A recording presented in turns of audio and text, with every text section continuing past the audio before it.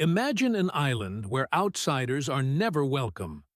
An island where time seems frozen, and the people living there have rejected the modern world for thousands of years.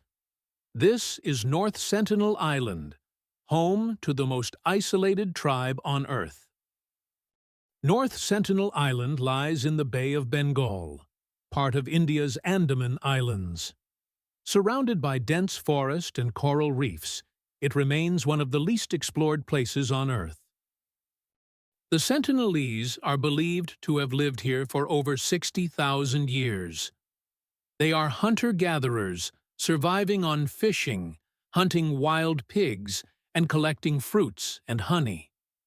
Their language, culture, and traditions remain completely unknown. What makes them unique is their absolute rejection of outsiders. Whenever boats or helicopters approach, the Sentinelese respond with arrows and spears. For them, isolation is survival. The Indian government has declared North Sentinel Island completely off-limits.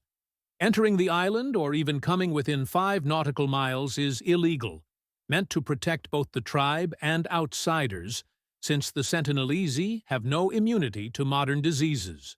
Unlike nearly every culture on Earth, the Sentinelese live exactly as their ancestors did thousands of years ago. No electricity, no modern tools, just a raw connection to nature. They are a living time capsule of human history. North Sentinel Island is a place of mystery, danger, and wonder.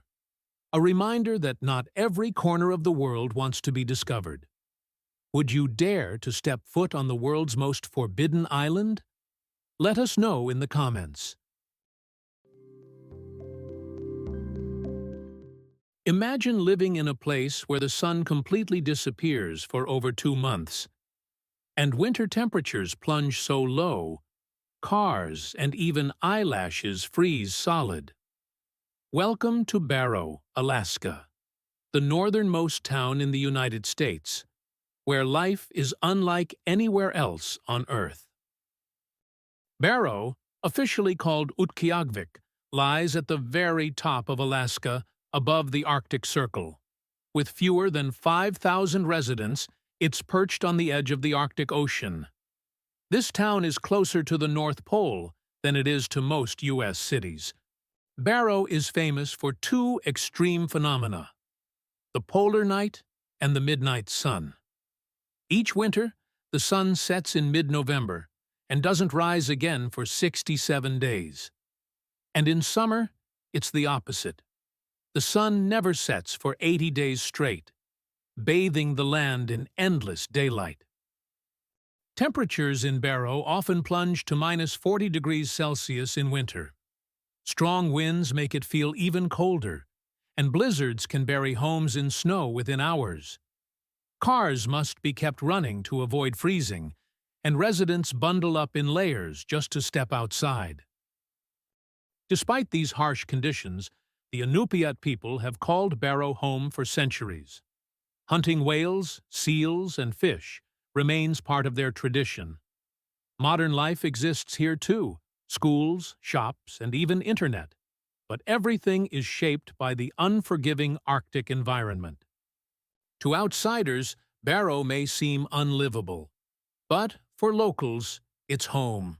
Strong community bonds, rich traditions, and the beauty of the Arctic landscape keep people connected to this frozen world.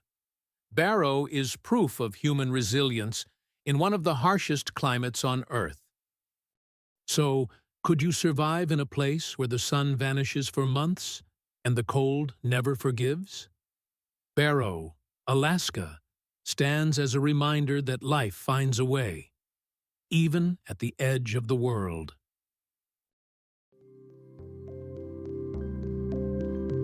Imagine waking up in a house that floats, where streets are rivers, boats replace cars, and the water itself decides how you live.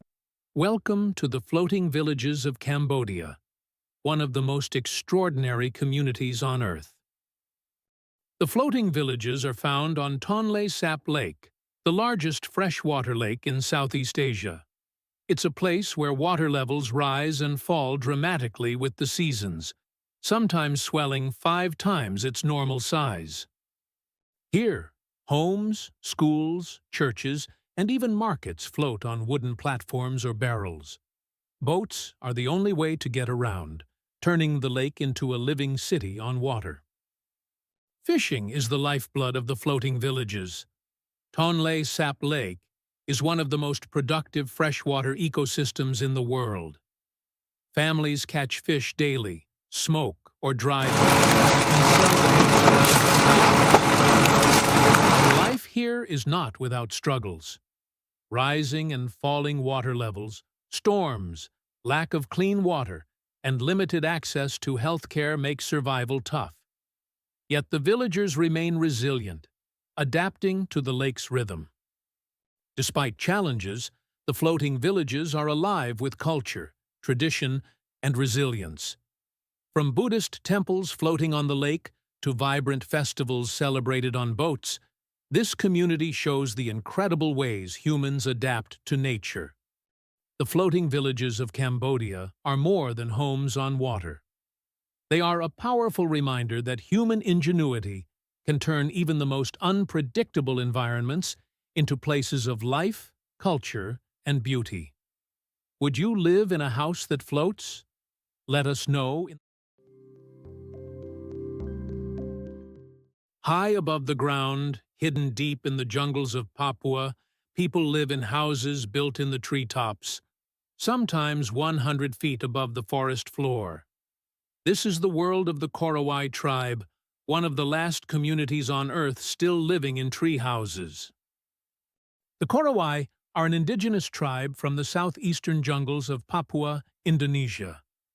For centuries, they lived isolated from the outside world, hidden within dense forests and swampy rivers, where survival depends entirely on nature. Unlike most tribes, the Korowai don't build homes on the ground. Instead, they construct massive tree houses high in the canopy. Some rise 50 to 100 feet above the jungle floor, protecting families from floods, insects, and even rival tribes. Food comes directly from the forest.